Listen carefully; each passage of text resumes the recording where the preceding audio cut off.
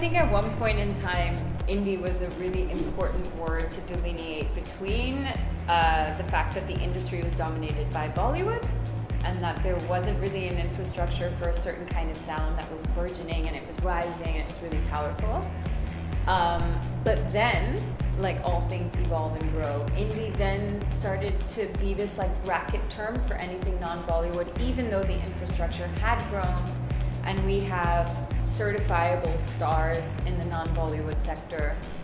And then I started to feel like the word indie became limiting, Right. and not necessarily a description that I was willing to take on anymore, even though, you know, it at one point did describe what I did.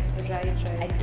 I'm not sure. How do you feel about it? Oh, well, you know, I look at it from so many different perspectives now. If I were to look at it sonically, indie means absolutely something, you know, something absolutely different in the West. Indie means, you know, something else here in India.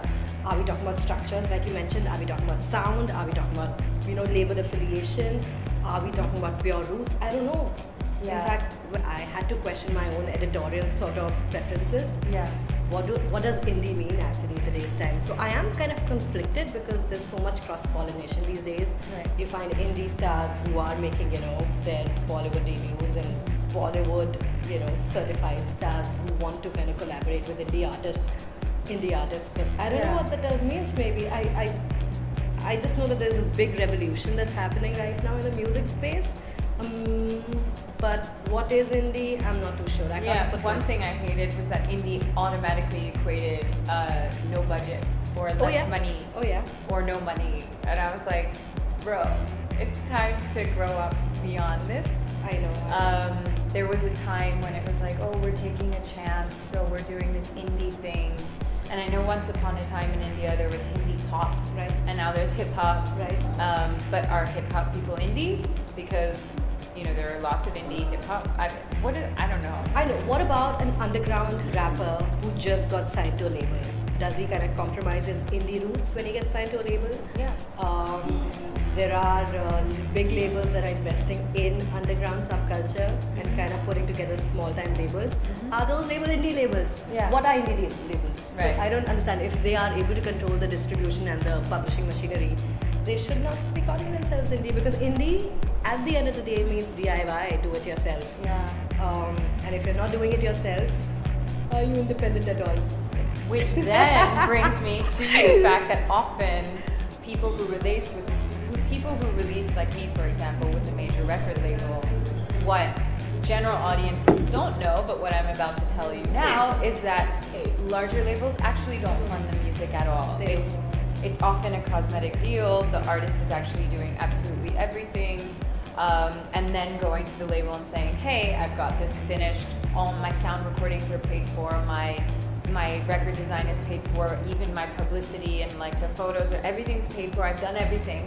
Will you put the label infrastructure and just seeding it out into the market? Which is why my last EP, Seeing Red, I just decided to do without a label at all, because I wasn't ready to hand over the rights to my master recordings in perpetuity for free anymore. Right.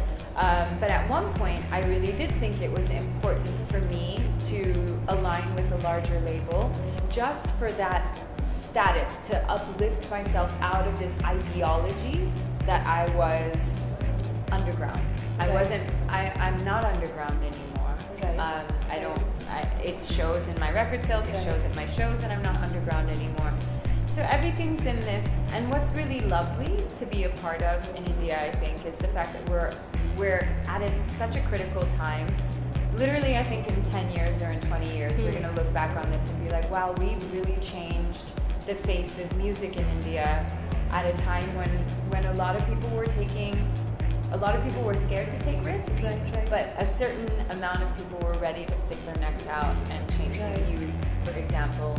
I was going to take your example. In fact, when you spoke about that time when people were beginning to see the space of music beyond Bollywood as a nice fertile ground, you know, where people were creating things that they believed in. I mean, your name comes to mind. I remember when I was in Delhi, this was maybe 2008-9. I think, you know, those few years before you guys started properly touring, which was when 2010, 11. Yeah. Yeah. So I remember that period very clearly, because I saw the Facebook page and I couldn't make sense of the word. What is it? Is it share, shire, shah? Yeah. What is that apostrophe? But it was such a breath of fresh air for all of us people who were, kind of witnessing the rock scene, and suddenly there was this fusion, sort of explosion coming from your end, and the visual respite that you provided. I think that was much needed, because we were not used to seeing acts that were that immersive, and I think you added that to the stage, and I think all of us are grateful for that. We have seen some fantastic performances by you in collaboration with these amazing artists, or you and Randolph together, and it gladdens my heart to see that there are people who believe in their art and who stick to their guns, and perseverance being one of the key things in becoming whoever you want to be. Patience today. and perseverance. Oh yeah.